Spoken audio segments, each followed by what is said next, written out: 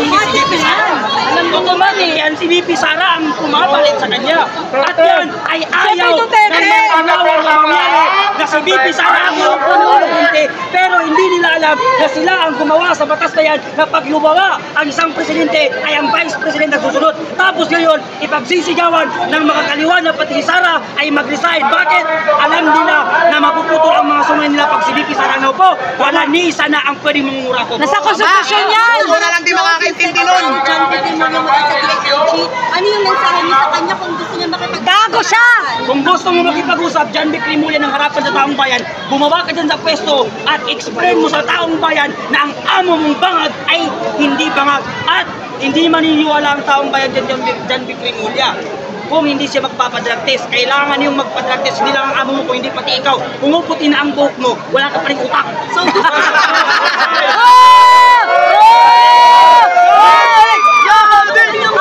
yung sinasabi niya sa Atty. Marcos, yes! Ang taong bayan ay maniwala pa sa kanila, kailangan nilang gawin yon para maipakita taong bayan na totoo na ang binibintang sa kanila ay hindi totoo. Nagsasagawa na yung ICI ng investigasyon sa mga Putang ina ICI. Ang taong bayan, walang paniniwala.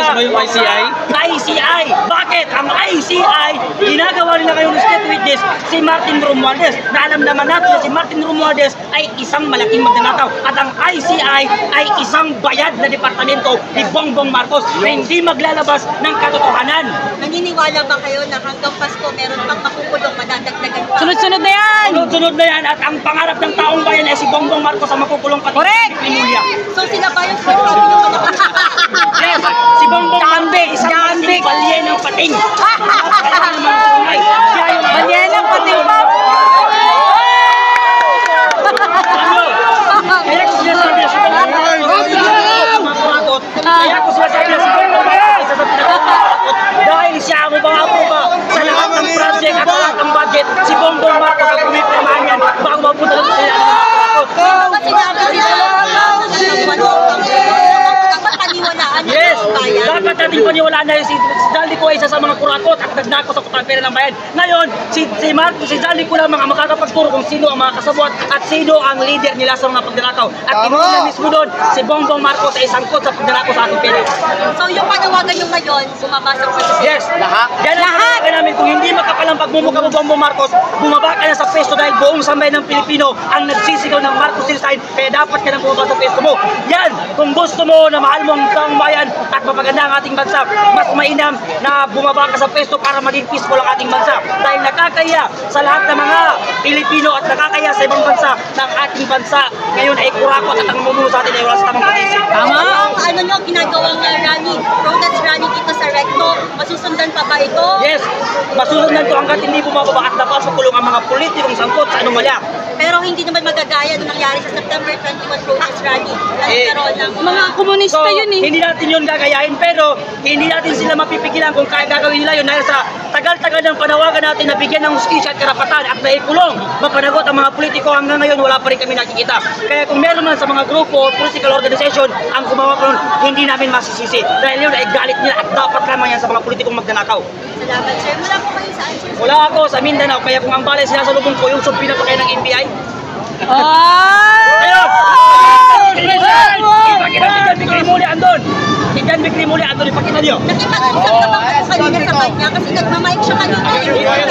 Hindi ako pwede makipag-usap sa isang tukta na ulol. Hindi siya bumababa. Kung gusto niya makipag-usap, dito siya bumababa. Kung gusto niya magtutukan pa kami. Yan ang Mindanao, no! Salamat. Maisog! Palaban! Palaban lang! Mabuhay tayo mga Bravo!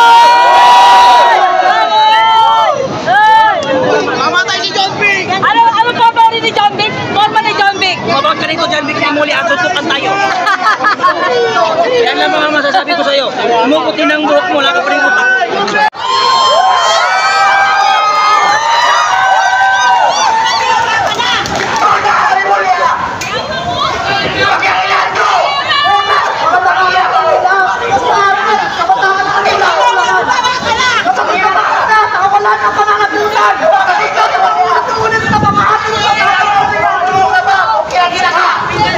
John Vic, natulong mo na kami!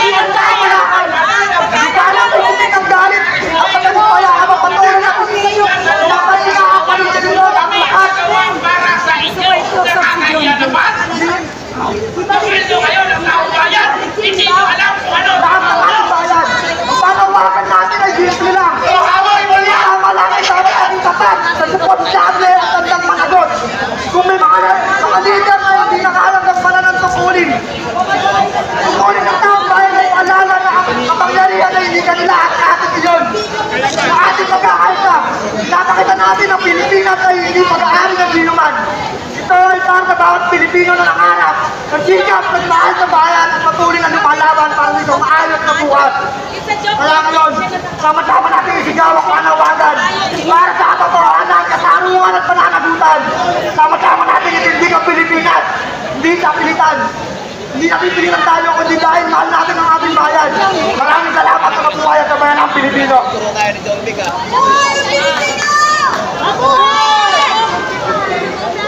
Nakikita niyo si John Vic? Sana. Nasa September 21 kaya hindi siya normal. Pati kay Mel Castro, na pareha silang gano'n. Ano bang sinisigaw nyo? Marcos resign! Marcos resign! Ang sinisigaw nila ay Marcos resign. Pero ang tanong, magre-resign ba si Marcos dahil 2 taon na lang malapit eh. Kasi pag nag-resign siya, hindi parang inamin niya yung mga kasalanan, di ba? Pero ewan ko. Delikadesa na lang, delikadesa. Ha? Delikadesa. Delikadesa na lang, no? Delikadesa na lang, para lang sa lahat na nasalanta, ng bagyo, ng baha, ng korupsyon. Ayan.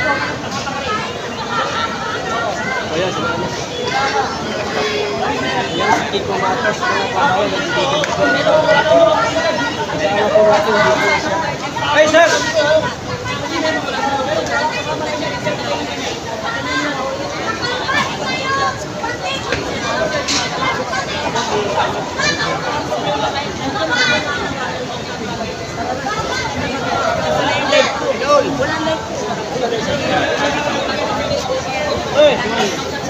DDS pa, DDS? Yes, yan! Yes! Tao lang po. Concerned citizen. Pero, DDS! Ha? DDS! Tao lang po. Okay! Ayun po. Ito po ang update natin. Ayan. Oh. Ano lang daw siya? Nasa gitna lang daw si Kiko Matos. Alisan na natin.